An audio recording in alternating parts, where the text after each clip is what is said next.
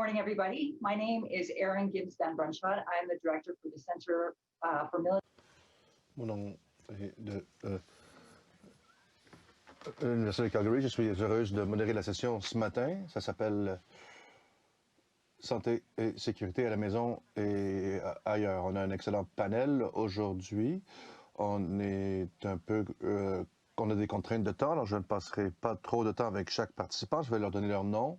On ne les présentera pas tous. On a les panélistes et ensuite on va commencer la présentation et on va laisser un peu de temps pour les questions. Je suis heureuse de présenter Andy Knight, qui est prof de sciences politiques à l'Université d'Alberta, Jonathan Lockridge, qui est prof associé à l'école School of International Peace Studies à Salford University à Duquesne, Winston Dufferin est prof at International Diplomacy Institute of International Relations à l'Université de West Indies.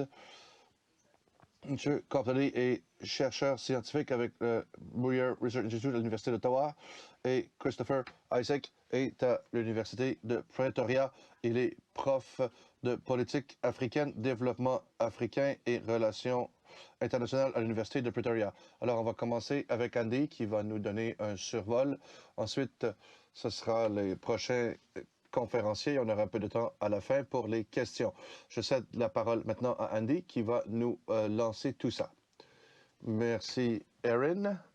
C'est un grand plaisir d'être avec vous et de commencer l'année, la nouvelle année. Andy Knight de l'Université d'Alberta, 2020 et l'anus horribilus. On a entendu ce terme avant. Mais pour Sa Majesté la Reine, et ça a été horrifique pour la Reine Élisabeth II, mais ne peut pas approcher le tumulte de 2020. Le scandale avec les mariages, la duchesse de York et la destruction de Windsor Castle par le feu, ne peut pas approcher le carnage et mort et souffrance par le COVID-19. Aujourd'hui, le 4 décembre 2020, il y aura le COVID-19 à travers le monde. Et à partir du 1er janvier 2020 jusqu'au présent, plus de 1 500 000 personnes sont mortes du virus. Les statistiques sont aussi très c'est très épeurant en termes d'infection et de mort. En Afrique, 2 millions de cas ont été rapportés jusqu'à maintenant. La plupart de ces cas en Afrique du Sud, Maroc, Égypte et Éthiopie. En Asie, 16 millions de cas.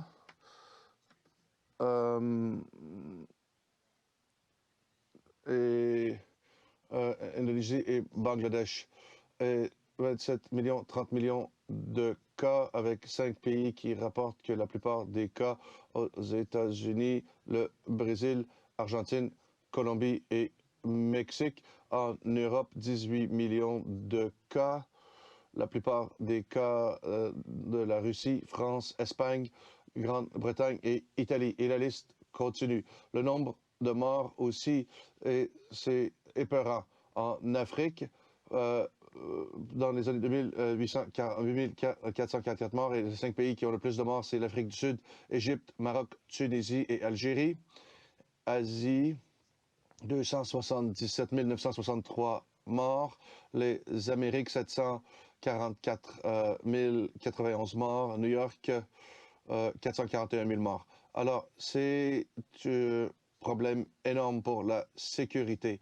Pour mettre les choses en perspective, les États-Unis, le pays le plus puissant au monde, semble incapable de composer avec ce danger de cette pandémie globale.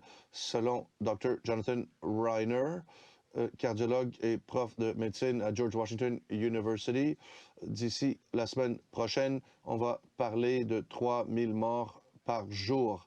C'est le 11 septembre à tous les jours, selon lui.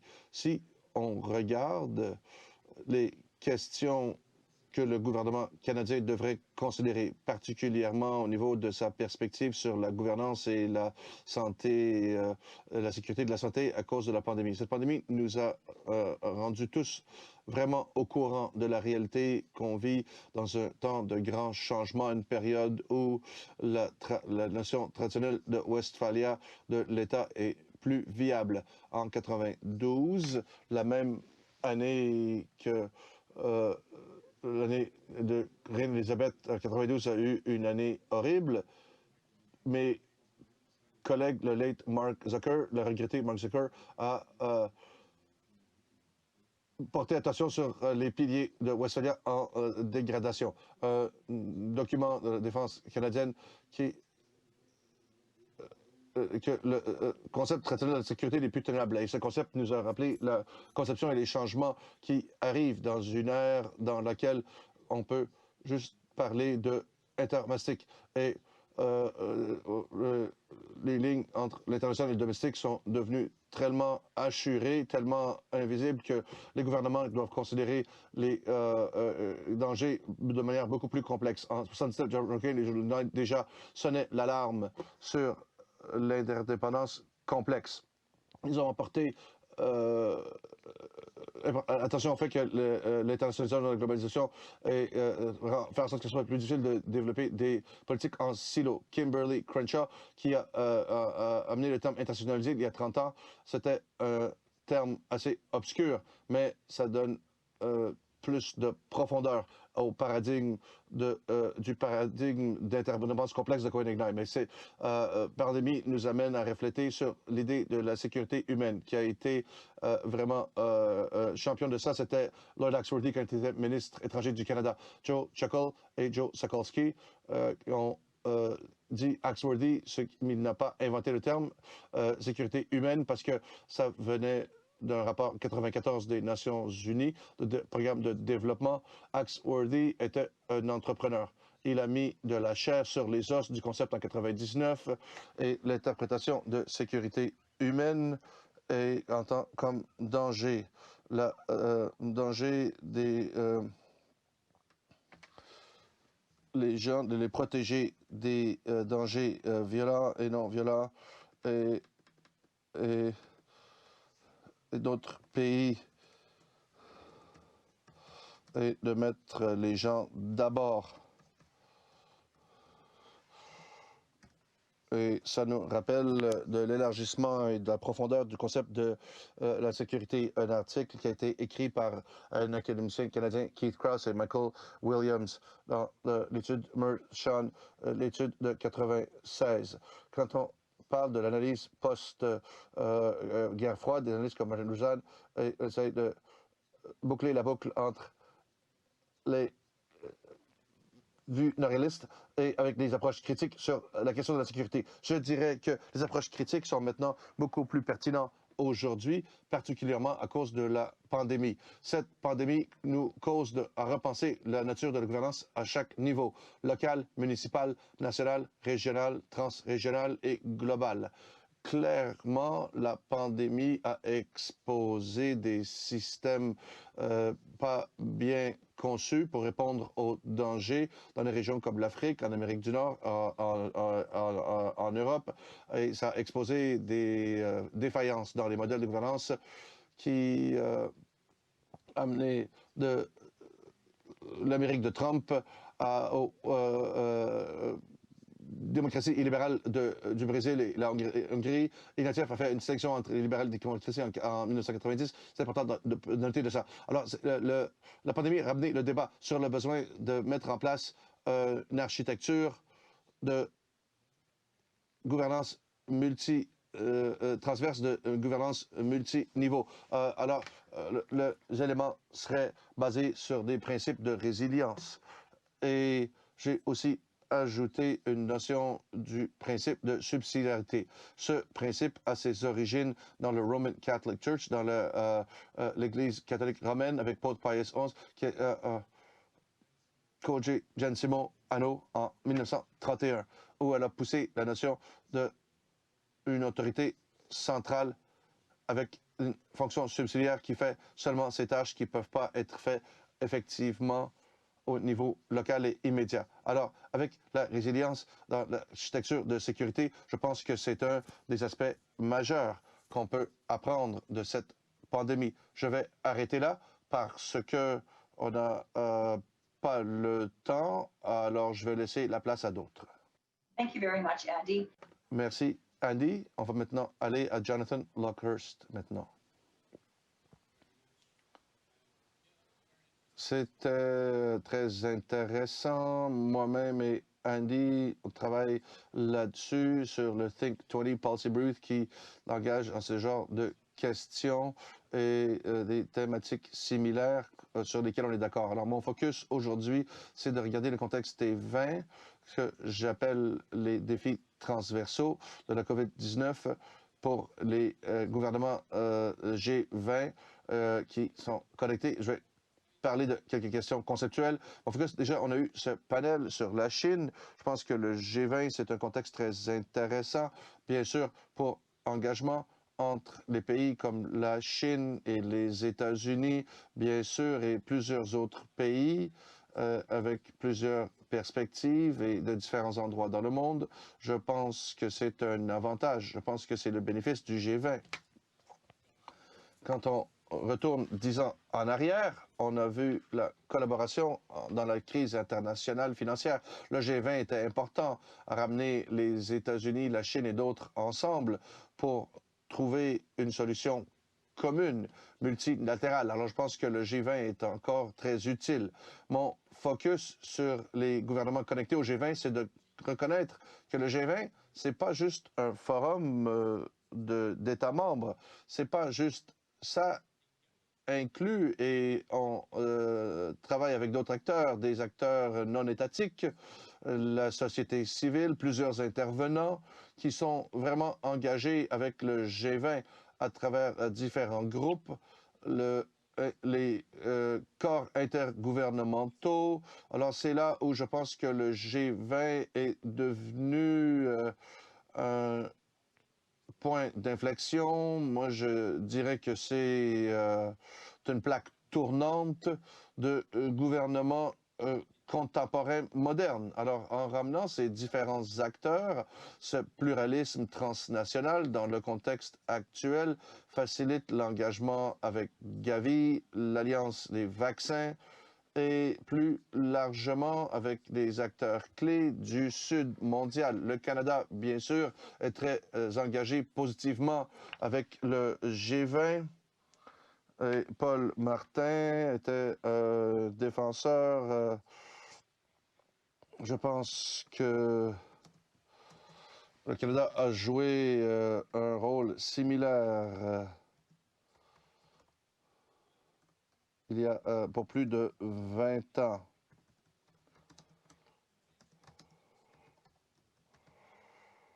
Et on joue un rôle important. Similaire à Andy, les défis transversaux de la pandémie actuelle. Transverse dans le sens que c'est une des dimensions multifacettes, complexes, économiques, environnementales, sociales, santé, bien sûr. Et je pense que c'est là où cette tendance de plusieurs décideurs politiques de tomber dans le piège de séparer les objectifs économiques et les objectifs de santé. Et c'est vraiment une fausse dichotomie. C'est là où on doit voir ces questions de manière interliée au lieu de juste du côté politique. Alors c'est là où le G20 peut aider parce qu'il y a une large éventail d'agenda politique et le G20 a vraiment mis l'accent dans le sommet virtuel et la présidence va aller à l'Italie l'année prochaine, va mettre le focus sur la COVID-19. Il y aura une conférence de santé mondiale en mai. La présidence du G20 de l'Italie et l'Union européenne aussi. Alors, avec l'Union européenne, ils seront co-hôtes de l'événement. Alors, ces relations dans le G20 aident à faciliter la collaboration. Et c'est là où c'est un aspect positif du G20 en termes de nouvelles politiques qu'on a mis de l'avant pour le G20, pour un forum d'engagement. On a milité pour un groupe de travail sur la préparation à la pandémie, la résilience institutionnelle et comme une manière d'aider par le G20, c'est pas arrivé encore. Et aussi, on met l'accent sur l'idée de résilience institutionnelle et préparation de politique, mais pas juste les circonstances actuelles, mais aussi pour les pandémies à l'avenir et possibilité que ce soit probablement quelque chose qui va arriver plus souvent, plus fréquemment. Et donc, il y a eu des problèmes. On était complètement non préparé pour la pandémie. On avait la World Health Organization en 2005, les International Health Regulations. Malheureusement, il n'y a pas eu assez d'emphase ou de conformité ou d'implémentation sur ces règlements. Et c'est là où le G20 peut possiblement contribuer à renforcer ce genre de règlement.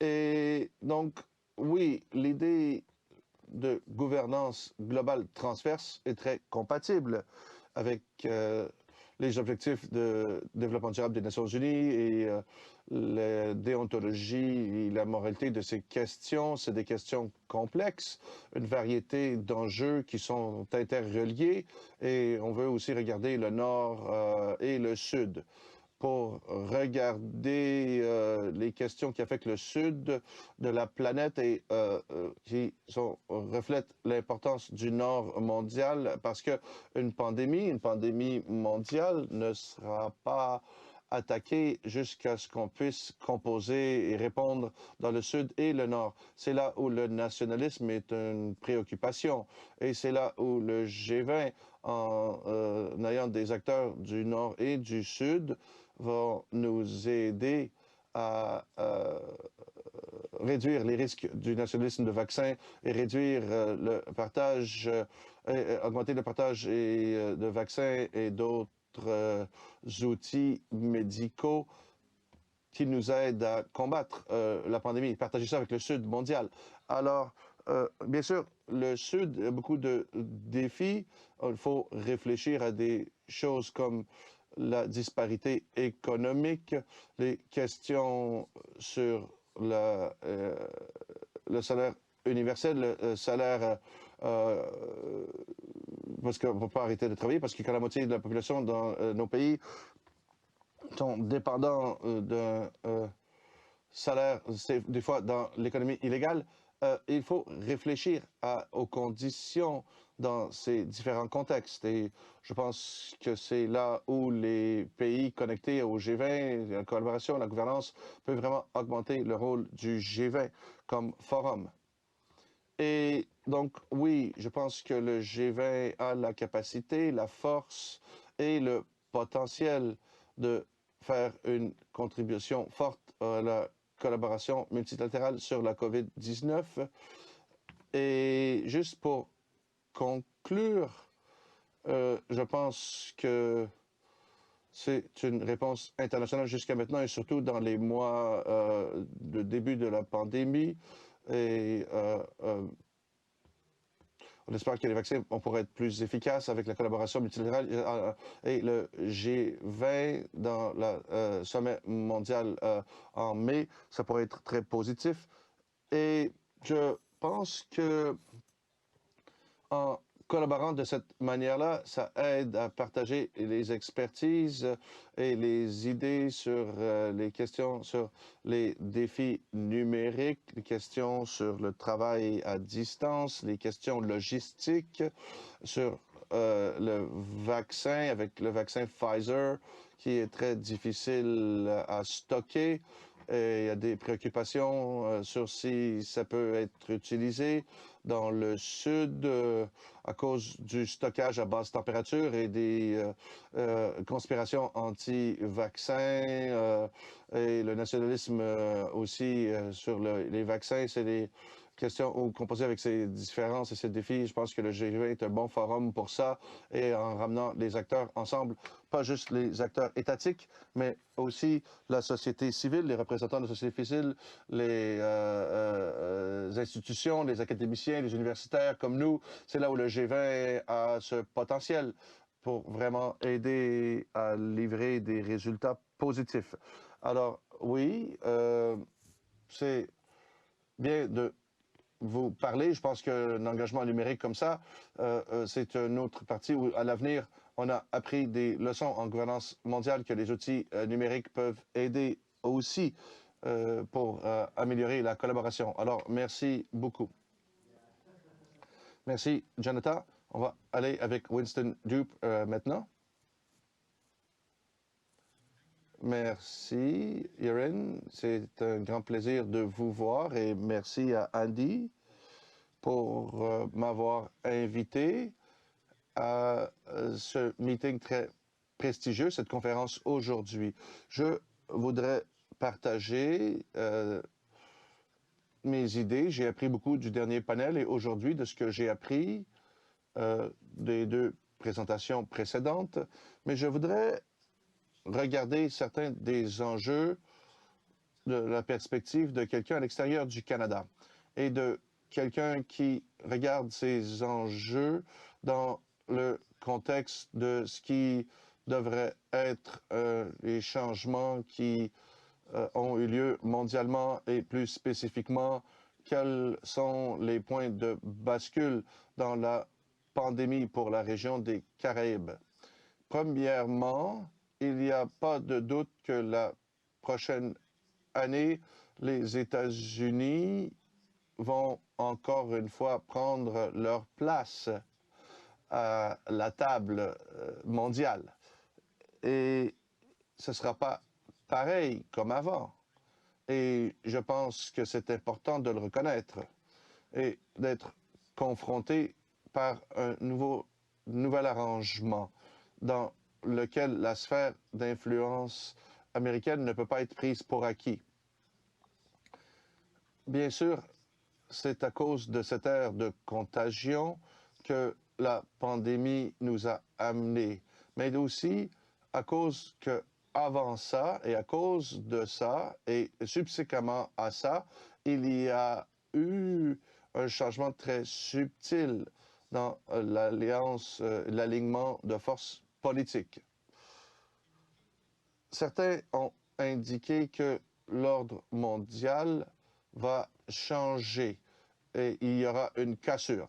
Si c'est vrai ou pas, je pense que c'est indéniable qu'on va faire face à des stress mondiaux politiques dans l'année à venir. Et de quelle manière est-ce que ça se manifestera? Déjà, on a commencé à voir une certaine reprise à la dévastation de la pandémie, un nouveau changement de la logique de gestion économique. Par exemple, le terme financement par déficit était alarmiste. Maintenant, on voit ça comme un outil nécessaire. Et comme les économistes disent, le paradigme est fatigué. Et la sécurité est sur le radar de tout le monde, comme Andy a dit auparavant. Et les nouveaux risques qui surviennent. Par conséquent, on fait face à une période dans laquelle l'alignement des puissances sur la planète va dans des directions incertaines.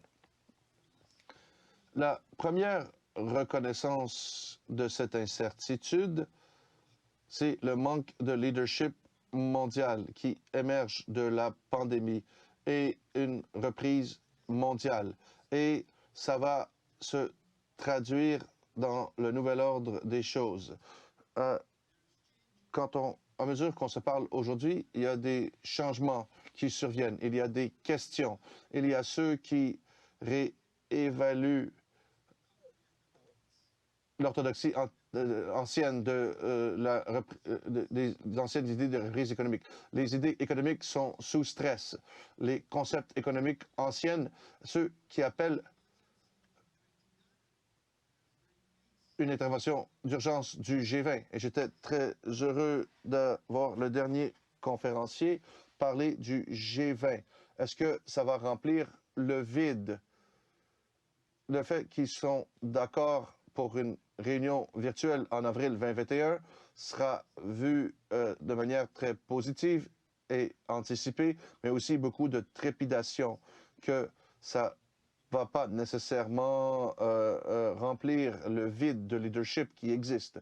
Et aussi, il y a ceux qui parlent de la parité du vaccin. Plusieurs vont voir la lumière dans le multilatéralisme et laisser les pays pauvres à être exposés. Comment on va arrêter la portée du virus? Alors, ce sont les points de bascule dans le stress test, mais ça démontre quelque chose de beaucoup plus profond, un manque de cohérence sur comment les politiques seront élaborées au niveau mondial. Cette disruption va se traduire dans les arènes régionaux et nationaux. Tip O'Neill, l'ancien président du Congrès américain, a dit « toute politique est locale ». Toute la politique est locale. Alors, pourquoi est-ce qu'on parle de politique domestique? C'est parce que ça affecte la politique internationale. Quelles sont les tendances, les différentes perspectives? Et finalement, une posture proactive ne sera pas seulement pour les grandes puissances. Et on va voir des nouvelles assertions et des nouveaux efforts autour de la table par plusieurs pays. En Europe, on avance vers un nouveau focus sur l'autonomie stratégique, des politiques plus résilientes. Dans l'Est de la planète, de bâtir des humanités à des rivaux globaux. La voix de l'Afrique qui s'intensifie pour avoir un meilleur pouvoir diplomatique comme continent. Le refus de l'Amérique latine ne veut pas être laissé pour compte, ne veut pas être laissé dehors. Elle se connecte globalement. Et l'objectif de petits pays dans les Caraïbes et dans les Pacifiques, ce que j'appelle la survie et le développement durable. Inaudible pour l'interprète. Il n'y a pas d'audio. On n'entend rien.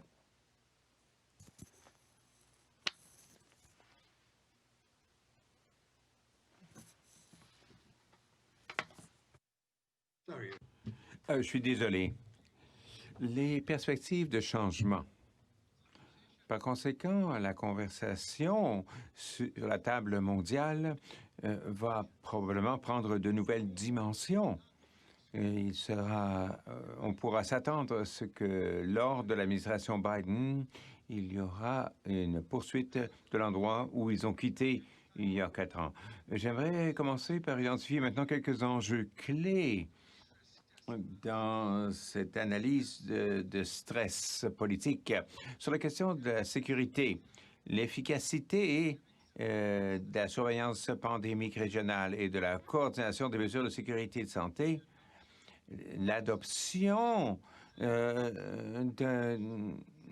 d'instruments durables d'autofinancement pour financer la couverture médicale pour la société, ainsi que la démocratisation de l'accès à la santé mondiale et aux produits de la recherche provenant de la science médicale comme une possibilité d'accès global au nouveau vaccin contre la COVID, ce qui va nécessiter une réforme, une revitalisation de l'Organisation mondiale de la santé. Pour les questions qui affectent les petites économies du monde, il y a certaines plateformes de pensée financière dans les institutions financières internationales et dans le marché mondialisé. il y a des initiatives mondiales pour établir des canaux de communication avec des incitatifs de la part des puissances mondiales. Et l'accent doit être mis sur certaines questions techniques, comme mesurer un indice de vulnérabilité comme base pour la construction de relations sur des sujets très importants et communs, comme celui de la gouvernance des océans et de la sécurité pour les petits États insulaires en développement, qu'on appelle les SIDS. Voilà certains des points de bascule dans ce test de contrainte verticale qui nous attend devant nous. Et cela doit formuler une perspective pour l'avenir et on veut établir une base pour qu'on puisse véritablement trouver de nouveaux points de départ contre ce qui se passe actuellement, de sorte qu'on puisse voir de nouvelles perspectives de succès. Pas de la part des anciennes institutions, mais de la part des institutions qui vont réagir et répondre à ces nouveaux changements dont nous commençons à être témoins et qui ressortent de la pandémie, qui ressortent des développements des quelques dernières années et qui ressortent des relations internationales et qui ressortent de la perspective d'un nouveau monde qui est fort probablement en train d'émerger et qui demandera plus et plutôt que moins de collaboration pour bâtir un nouveau sentiment de confiance, pour s'attaquer à l'avenir avec une bonne quantité de précision et avec une plus grande quantité de sensibilité. Donc, je vous laisse ceci comme matière à réflexion dans ce que je décris comme un stress politique que nous devons tous entreprendre dans différentes parties du monde pour identifier l'agenda pour la politique étrangère et la coopération internationale. Merci. Merci beaucoup, Winston. Nous allons maintenant passer à Srikant, qui va nous faire ses présentations et nous conclurons par Christopher Odyssey. Bonjour, bienvenue. Je parlerai des points que Andy a mentionnés, que plusieurs conférenciers ont d'ailleurs mentionnés. Comme Andy l'a dit, il y a des institutions. La résilience des institutions, c'est un point clé. Et comme Winston l'a dit, on a parlé de la turbulence. Alors, j'aimerais bâtir sur ces thèmes. Alors, dans le contexte de la région des Caraïbes, nous savons que la pandémie a eu des effets dévastateurs dans le monde entier et dans l'ensemble des régions. Et la région des Caraïbes est une des régions qui a été aussi affectée par cette pandémie.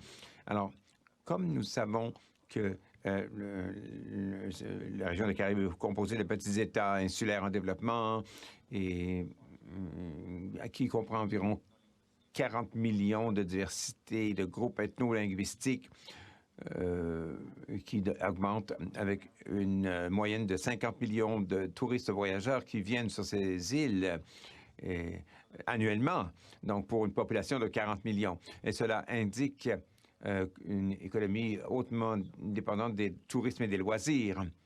Alors, dans cette région, cette région est fortement vulnérable aux événements climatiques et aux événements anthropiques. Et cette région est aussi susceptible à plusieurs maladies infectieuses de façon assez fréquente, comme on l'a vu récemment. Quelques endroits, il y a eu plusieurs éclosions, par exemple, dans cette région, la dengue, par exemple, etc. Et, en fait, cette région est très susceptible à des éclosions de maladies infectieuses, comme des éclosions que nous avons vues par le passé. Et la COVID est le dernier ajout à cette liste d'éclosions du passé. Alors, la raison pour laquelle cette région a souvent ce genre d'éclosion, il y a plusieurs raisons, en fait. Comme on l'a vu, souvent, c'est un manque de mécanismes d'observation, de services automatisés de surveillance de la région. Et il y a un niveau relativement bas de structure de gouvernance pour les côtés cliniques et épidémiologiques. Ce sont des manques que l'on peut observer dans cette région et ce sont les indicateurs que l'on peut examiner. Pour bâtir une résilience dans cette région et pour être préparé à des éclosions futures, à des éclosions de maladies infectieuses et pour apporter une résistance dans le système et dans la région dans son ensemble, y a-t-il des opportunités ici de bâtir une résilience? Oui, nous avons des cadres de gouvernance mondiale pour la résilience, mais j'aimerais ici introduire le concept et le cadre de reconnaissance qui comprend 96 États membres. C'est un cadre qui a été adopté, c'est un document exécutoire légalement qui impose un cadre pour la santé mondiale. Donc, c'est un document qui a une longue histoire parce que dans les années 50, il y a eu un contexte spécial où c'est là où la réglementation a commencé pour la protection contre la pandémie et la préparation contre les pandémies. Et il y a eu beaucoup d'événements récents qui ont... Après le SRAS, nous avons eu des années où les États membres sont tombés d'accord pour développer un cadre de réglementation révisé qui a été adopté en 2005 et qui est entré en vigueur en 2007. Donc, on s'attendait à ce que on s'attend à ce que les États membres se conforment à cette réglementation et à la maintenir, et on doit renforcer les capacités dans chaque État membre, tel que l'indique le cadre de réglementation. Qu'est-ce que demande ce cadre H1L? Apparemment, cela indique et suggère aux États membres d'introduire des capacités renforcées. Il y a eu des lois, des coordinations de missions pour la surveillance, des laboratoires, des ressources humaines, et c'est des moyens de communication. Et voici, ce sont le genre de renforcement de capacité que chaque État membre devrait développer. En même temps, il doit quelquefois superviser une capacité périphérique qui est exigée pour la sécurité biologique comme des sécurités alimentaires et des cas de zoonose. Il y a des capacités de base et des capacités de base qui doivent être bâties par chaque État membre. Et pour ce qui est d'aujourd'hui, le chemin que nous avons suivi dans les réglementations internationales est que malgré le fait qu'on ait un cadre indicatif et que les États membres sont tombés d'accord pour bâtir ces capacités et les renforcer, puis se conformer à la lettre et dans l'esprit aussi. Malgré cela, pour ce qui est d'aujourd'hui, en tout cas, 2/3 des États membres n'ont pas encore rempli, ne se sont pas encore conformés, ont encore à bâtir ces capacités de base dans leur pays. Donc, les Caraïbes sont une région. La région des Caraïbes, c'est une région où ces capacités doivent être établies par plusieurs États membres et ne sont pas encore établies par plusieurs États membres. Pour ce qui est des statistiques récentes, où en sommes-nous pour ce qui est de la conformité, dans le processus de conformité? Selon l'OMS, l'Organisation mondiale de la santé, un rapport démontre que la conformité à ce rapport HIAL est à 64 %. Particulièrement dans la région des Caraïbes, c'est 71 % dans les Caraïbes, 64 % dans le monde. Il y a beaucoup de variations entre les différents États membres des Caraïbes pour ce qui est de la conformité. Par exemple, Antigua-Barbuda a 42 % seulement de conformité. D'autres États ont 84 % de conformité. Alors, il y a beaucoup de variations à l'intérieur de la région des Caraïbes entre les différents États membres pour ce qui est de la conformité à cette capacité. Alors, il y a beaucoup d'opportunités de travailler ensemble et pour renforcer ces capacités, bâtir ces capacités, pour vraiment bâtir un système résilient et afin d'avoir une sécurité sanitaire mondiale dans la région. Au moment où on espère réouvrir les frontières bientôt, il y a maintenant une opportunité, je crois. Donc, il faut que les frontières soient ouvertes et pour ouvrir les frontières, il faut qu'il y ait des mécanismes d'observation robustes, comme ce cadre de réglementation internationale le suggère. Il faut qu'il y ait des capacités de base et une conformité dans chaque État membre et à chaque niveau. Et en même temps, les réglementations, on s'attend à ce qu'elles soient strictement respectées au niveau de chaque nation et au niveau régional et au niveau communautaire local également. On voit souvent qu'il y a une limitation pour ce qui est des plaintes envers un État membre. Le plus souvent, ces plaintes peuvent être vues au niveau national, au niveau régional. Ces plaintes sont là parce que probablement on n'a pas les mécanismes nécessaires, on n'a pas les systèmes en place. En même temps, il y a un manque de conscientisation et de sensibilisation parmi les gens et parmi les fournisseurs de soins de santé, les administrateurs de soins de santé. Par exemple, quand on demande maintenant à avoir les frontières ouvertes, maintenant qu'on se prépare à avoir ces frontières ouvertes, il faut avoir un mécanisme robuste pour superviser la santé des voyageurs et franchement, dans toute la région. Il y a donc une opportunité ici d'avoir des mécanismes coordonnés dans l'ensemble de la région pour avoir une réouverture en toute sécurité des frontières. C'est de plus en plus clair pour nous que les gouvernements ont dit que pour avoir un bon plan de reprise après pandémie, elle nous a demandé d'avoir une approche régionale pour la préparation à la réponse à la pandémie.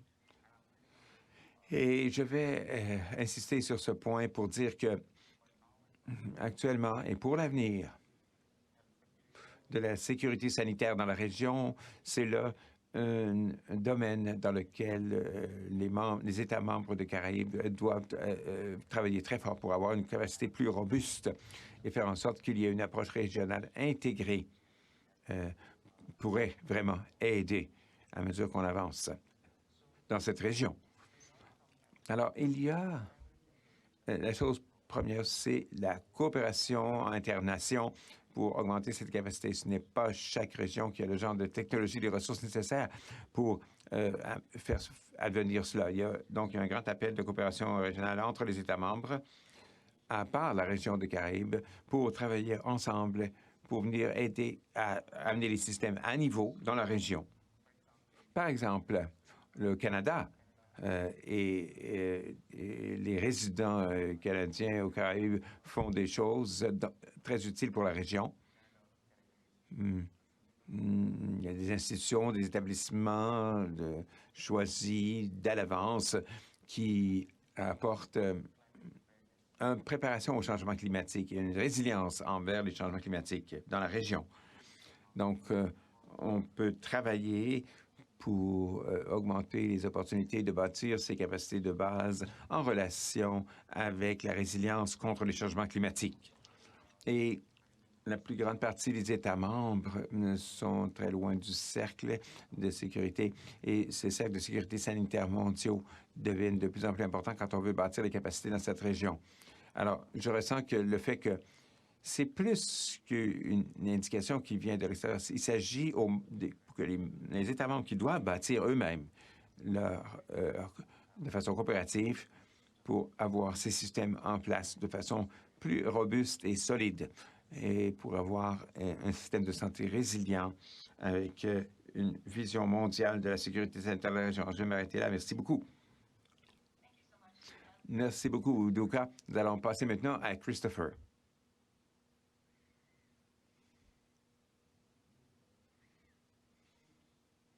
Bonjour à vous tous, même si c'est plutôt le soir ici en Afrique du Sud. Je vais vous parler de la lutte pour la démocratie, la mauvaise gouvernance et la santé en Afrique. Tout l'argument, toute la plaidoirie que je vais présenter, c'est que, comme Andy l'a dit plus tôt, la COVID-19 a exposé des faiblesses dans les systèmes de santé publique dans le monde entier, en partie dû aux systèmes politiques qui sont en place. En Afrique, sur le continent, ça a exposé des mauvais systèmes de santé très faibles à cause d'un manque de gouvernance, un manque politique, de lacunes dans la démocratie, particulièrement manque de surveillance de la démocratie libérale qui est absente dans plusieurs parties du continent. Je vais parler selon 4 lignes de pensée. Je vais parler d'abord de la crise de la démocratie libérale et de l'échec de la démocratie électorale en Afrique, qui, comme j'ai dit auparavant, est la prévalence de la démocratie libérale qui a beaucoup de lacunes en Afrique et comment cela mène à une mauvaise gouvernance et l'impact que cela peut avoir sur la santé publique dans le continent. Et pour le dernier point, qu'est-ce qui doit se produire pour l'avenir? Et comment des pays comme le Canada peuvent influencer de façon positive l'Afrique. Généralement, il y a un corpus de connaissances sur l'échec de la démocratie libérale, sur différents aspects. Par exemple, il y a des gens comme Karaki qui prétendent que la démocratie libérale est en crise, actuellement mise en danger par la mondialisation. D'autres, comme Brilliant, parlent de manque de démocratie représentative qui est voué à l'échec dans certaines bastions de la démocratie libérale, comme l'Amérique latine et la Grande-Bretagne, à cause de manque de surveillance des pouvoirs politiques et économiques des élites. Et il y a aussi une étude qui a été faite par Levitsky et Ziblatt qui a parlé d'une étude historique de l'écroulement des démocraties occidentales avec le temps et de l'érosion des normes de tolérance mutuelle et de pardon qui servent comme piliers de la démocratie libérale. Alors, Fukuyama, dans une étude récente il y a 2 ans, a examiné comment les reconnaissances égales et dans les démocraties libérales ont mené à un certain ressentiment politique. On voit beaucoup de ce ressentiment dans le Black Lives Matter, dans les protestations Black Lives Matter aux États-Unis et les réponses que l'Amérique blanche a données à ce genre de protestations. Donc, je pourrais continuer à citer beaucoup d'exemples et aucun pays dans le monde actuellement ne peut vraiment mieux donner l'exemple d'une démocratie libérale que les États-Unis, où les profits, l'orientation vers les profits du système libéral n'a pas pris de dispositions envers la santé publique, ce qui a produit ces difficultés du pays, le région du monde qui a eu le plus haut taux de décès, le taux d'infection, parce que les profits et la santé publique ne se mélangent pas bien. Alors, ceci étant dit, la littérature, après avoir fait cette revue de la littérature et tout ce qui a été dit sur la façon dont la démocratie libérale est en état d'échec actuellement, comment la démocratie a beaucoup d'ennuis, concentrons-nous maintenant sur l'Afrique de façon précise. On ne peut pas parler de démocratie libérale de la même façon que l'on parle de démocratie libérale ailleurs dans le monde.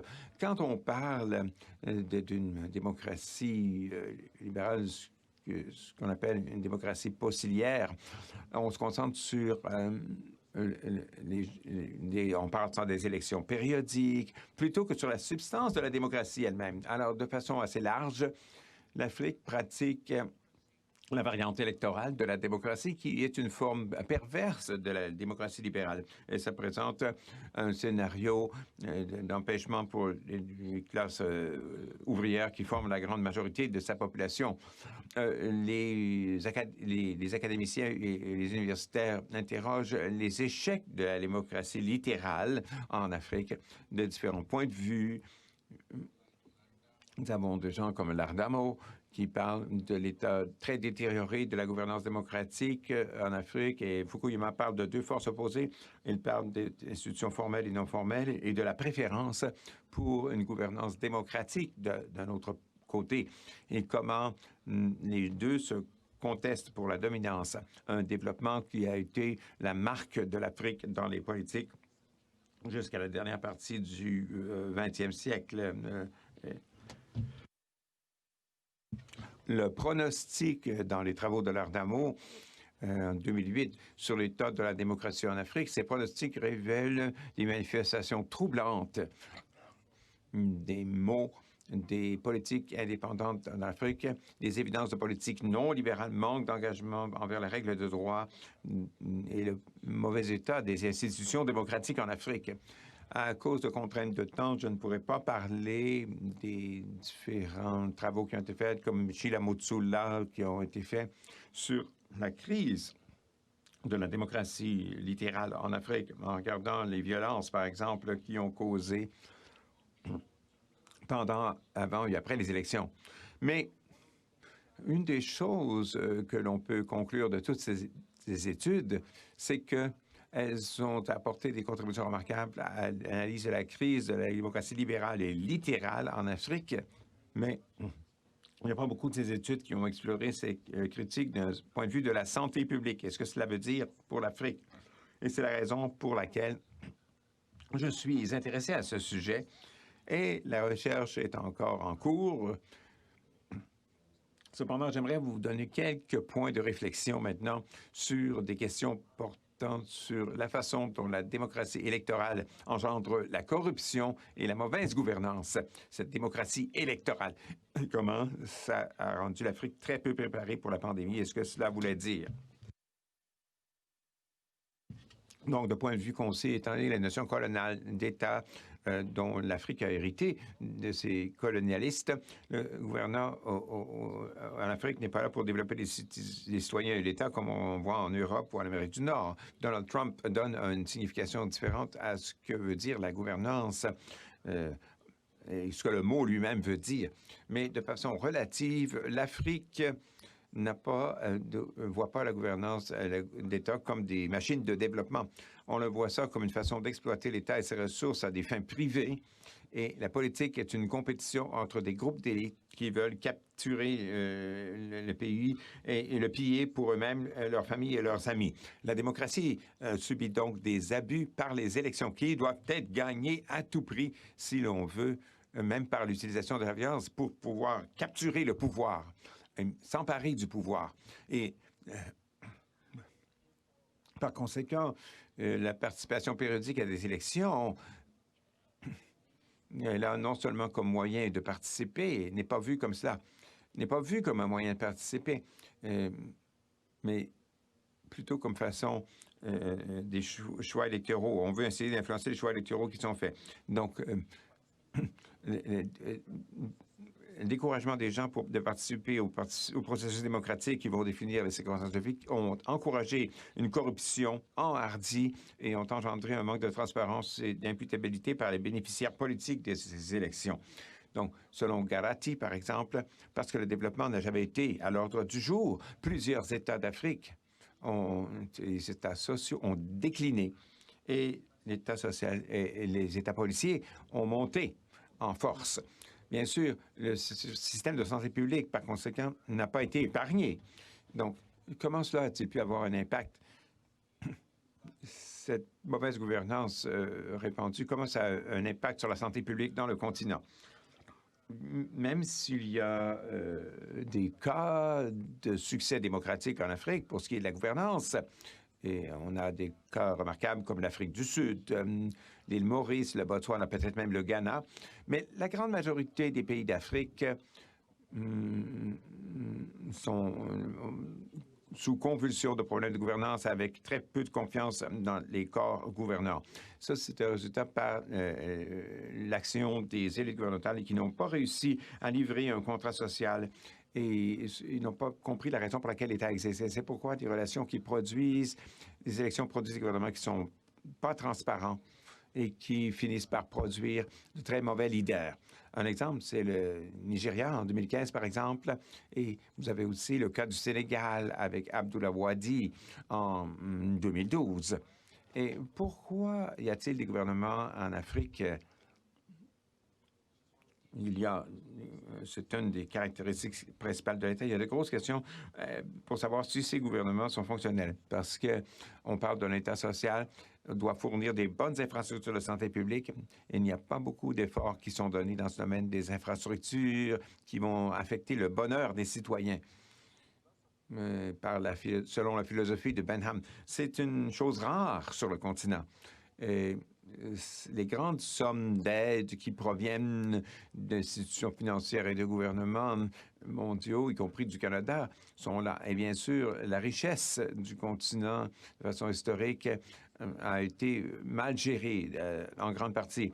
Alors, la négligence causée par la mauvaise gouvernance est en train d'affecter le continent à cette ère de crise de santé mondiale que nous traversons actuellement. Ce qui s'est passé, c'est que la COVID-19 a mis en lumière les lacunes de la santé publique en Afrique et les Nations unies, la Commission économique des Nations unies pour l'Afrique, en 2020, a déclaré que le système de santé publique de l'Afrique est le plus faible au monde, et c'est exact d'ailleurs, avec une moyenne de 2 lits d'hôpitaux pour 1000 personnes.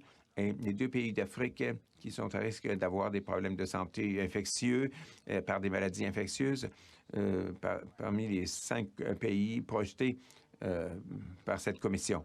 Alors, je ne suis pas sûr que j'ai le temps d'aller dans le genre de système de santé publique que nous avons en Afrique, mais d'habitude, c'est le modèle où on paie de sa poche, où si vous voulez avoir des soins médicaux, les riches ont les soins médicaux et les pauvres tombent malades.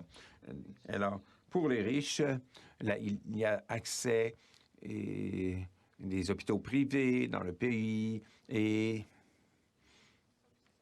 lorsque ces services ne sont pas disponibles, ils vont à l'extérieur du pays, ils voyagent. Il y a des mouvements actuellement au Nigeria, en Afrique du Sud, où les gens commencent à se dire, écoutez, on devrait adopter des lois en Afrique qui empêchent les élites politiques de se faire traiter et faire traiter leurs enfants à l'étranger pour qu'on puisse arranger et réparer le système en Afrique, sur le continent lui-même.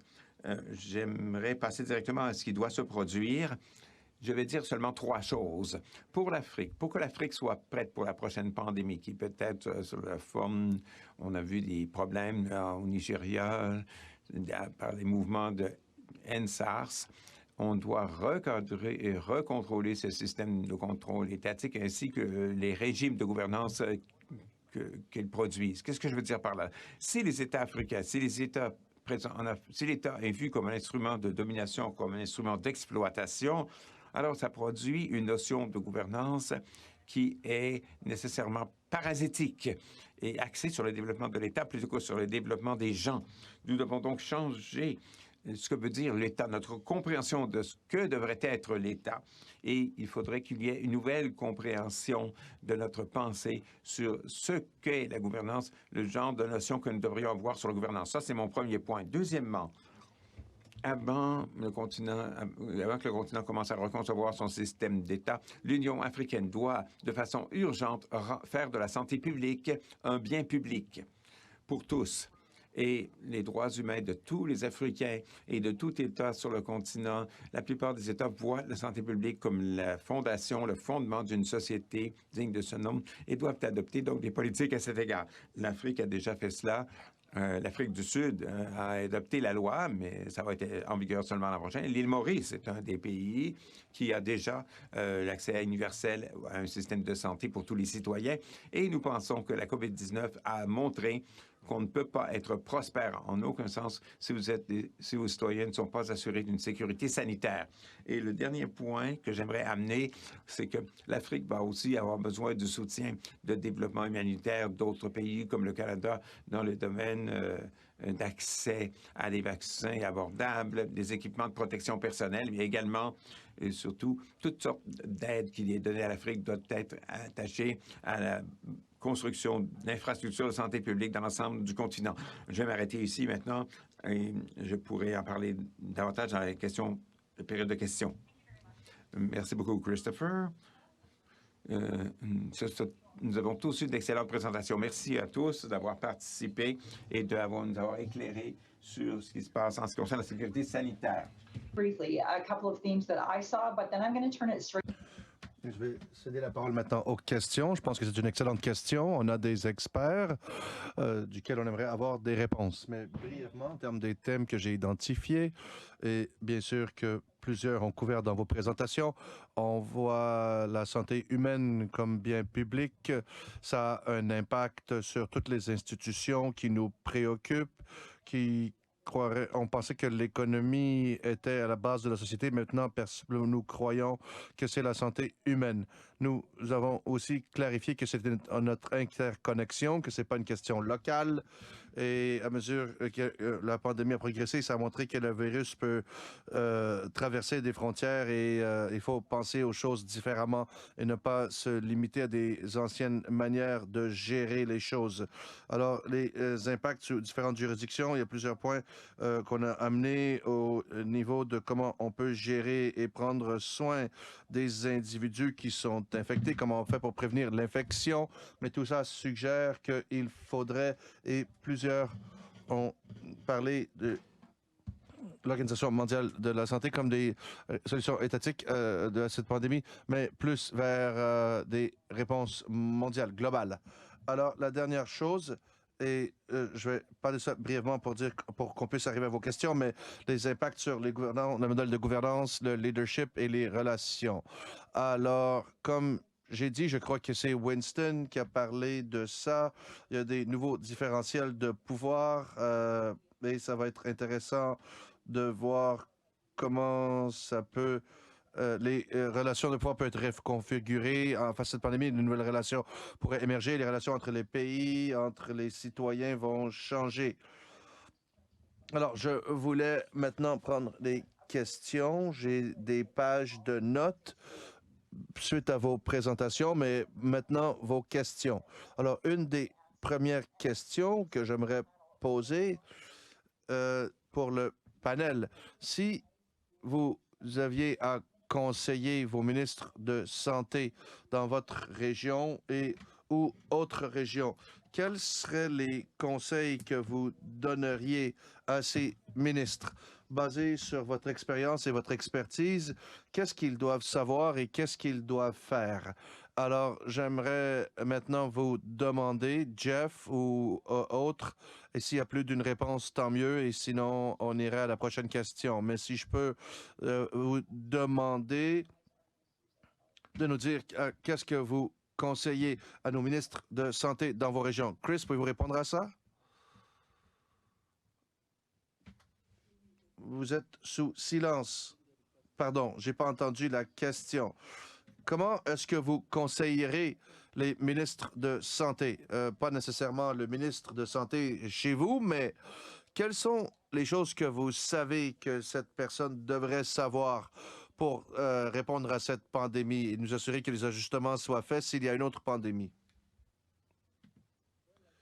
Mais comme vous avez dit, une des choses qu'on doit faire, c'est de changer notre paradigme sur qu'est-ce qui devrait être la fondation de la société. Est-ce que c'est des questions économiques ou la santé publique? Si c'est la santé publique, ça veut dire que les ressources doivent maintenant aller pour bâtir, être utilisées pour bâtir de l'infrastructure de santé publique et nous assurer que nous investissons dans la santé préventive. Et autre que la question de leadership, bien sûr, et à part ça, mettre des politiques en place qui permettraient des investissements en soins de santé pour tous les citoyens, indépendamment de où ils sont. C'est ce que je dirais à mon ministre de Santé, de mettre l'accent sur un système de santé universel. OK, c'est très utile. Merci, Chris. Oui, je voudrais rajouter là-dessus. Oui. OK. Alors, si je veux conseiller le ministre de Santé de mon pays ou ma région, je conseillerais de regarder les règlements internationaux et parce que je vois les réglementations internationales qui peuvent aider à bâtir la capacité et la résilience institutionnelle dans un pays ou région. Alors, la raison pourquoi je conseille ça, c'est que je vois des interconnexions et je comprends l'interconnexion avec la santé internationale, mondiale et les politiques locales. Alors, je mettrais les réglementations internationales dans le milieu parce que l'intégration avec les réglementations mène à ces trois niveaux. Alors, je pense que si on est en position d'amener ces capacités, ça veut dire que ça contribue à la renforcement des systèmes de santé et différents aspects et mon conseil serait de regarder la situation internationale. Est-ce que je peux ajouter brièvement une chose que je pense très importante, c'est de penser à ça de manière multidimensionnelle, transversale et aussi de manière multilatérale, mais aussi multisectorielle, multi-acteurs. Alors, mon conseil serait, oui, parler à tous les membres du cabinet, parler à d'autres gouvernements et des réunions conjointes où le G20 peut aider. Alors oui, je donnerais priorité à l'importance de regarder ça de manière multisectorielle, transverse, multifactorielle et pas juste de manière très restreinte. Merci, Jonathan, et merci, Squid Health. Est-ce que quelqu'un d'autre veut répondre ou est-ce qu'on devrait aller à la prochaine question? OK. Alors, on a entendu beaucoup des pandémies qui ne sont pas aussi bien gérées. Mais est-ce qu'il y a des exemples que vous aimeriez mettre de l'avant, des exemples de gérer la pandémie? Quels sont les points chauds? Les points positifs. Je vais commencer. Alors, les points positifs, on a quelques cas dans le sud-est de l'Asie, la Corée du Sud. Singapour est un pays qui va bien et inaudible.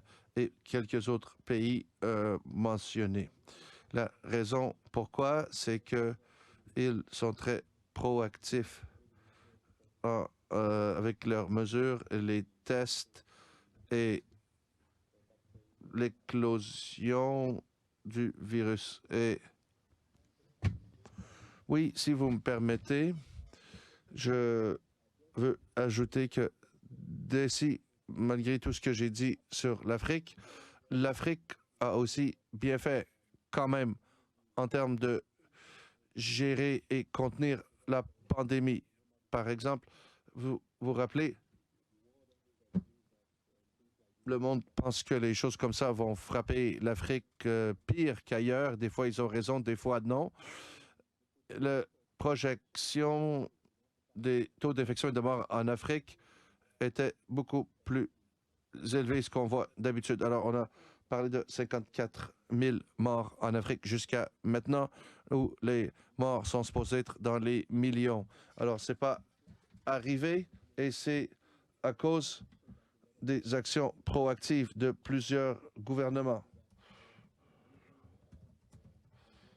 Et utiliser la résilience de l'infrastructure de santé publique résiliente et des choses qu'on a utilisées pour le Ebola et la variole et d'autres éclosions avec lesquelles on compose depuis longtemps.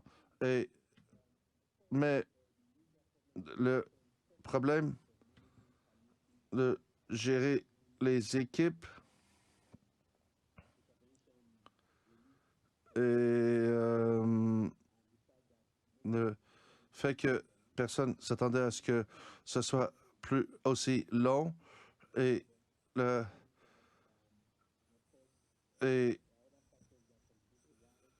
pourquoi c'est pas aussi mauvais qu'on pensait. Ce que je dirais, c'est que initialement, l'Afrique a bien fait et pourrait être comptée parmi les points positifs si on regarde l'Afrique comme continent. Je peux ajouter aussi que c'est bien de voir que les 5 pays qui ont le mieux fait, c'est Taïwan, Nouvelle-Zélande, Islande, Singapour et Vietnam. Le Taïwan, 675 cas, 7 morts.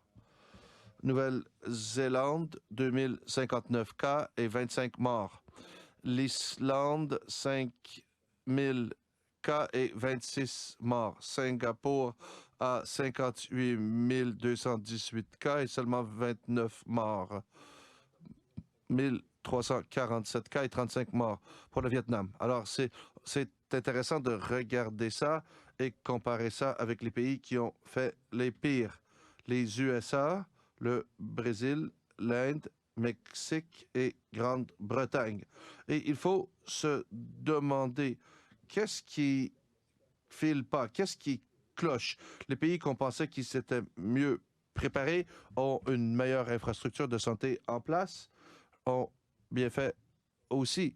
Les pays avec le moins de préparation semblent être aussi bons ou performer mieux que d'autres pays. Je sais que beaucoup des pays des Caraïbes ont quand même bien fait et c'est beaucoup relié à les populations qui sont enclins à obéir. La question, est-ce que les gens sont prêts à suivre les directives au lieu de se battre contre les données scientifiques et les données probantes? Comme on peut voir, ceux qui ont bien fait, un pays comme le Taïwan a eu beaucoup d'expérience pour bâtir de la résilience dans leur infrastructure de soins de santé. C'est pour ça qu'ils ont bien fait. Singapour aussi dans la même catégorie. Alors, il faut vraiment penser à comment on regarde cette notion de préparation et de résilience. Et pour nous, il y a des questions très sérieuses sur cette notion que juste parce qu'un pays a bien fait financièrement, ça ne veut pas dire nécessairement qu'ils vont bien composer avec cette pandémie. Je veux rajouter rapidement que c'est là, pour moi, la grosse question, c'est les réponses politiques. C'est pas juste des réponses au niveau des politiques, c'est pas juste une question de capacité de ressources, mais aussi le gouvernement en place et d'autres niveaux, d'autres paliers de gouvernement. Alors, je pense que c'était en Nouvelle-Zélande où on y va très fort pour composer avec cette crise et certains autres gouvernements aux USA, en Grande-Bretagne, les gouvernements, une partie à cause de leur manque d'expérience avec les pandémies peut-être, mais ils n'ont pas pris ça au sérieux au début.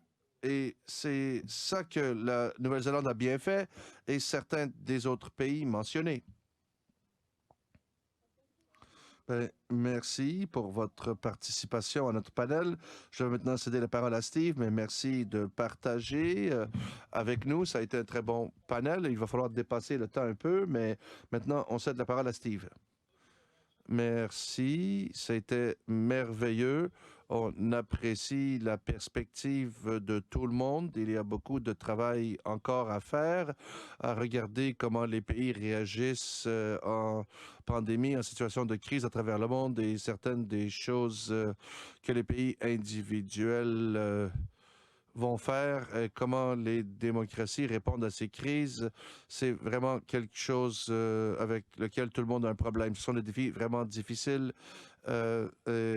Ici à Ottawa, quand je regarde comment le Canada peut pas bien gérer cette crise malgré toute notre capacité. Certains pays africains vont bien parce qu'ils n'ont jamais eu d'aide et ils ont eu un système localisé de soins de santé. Alors, ils sont résilients. Il y a beaucoup de choses à apprendre de eux et de tout le monde. Alors, merci aux panélistes partout où vous êtes. C'était merveilleux.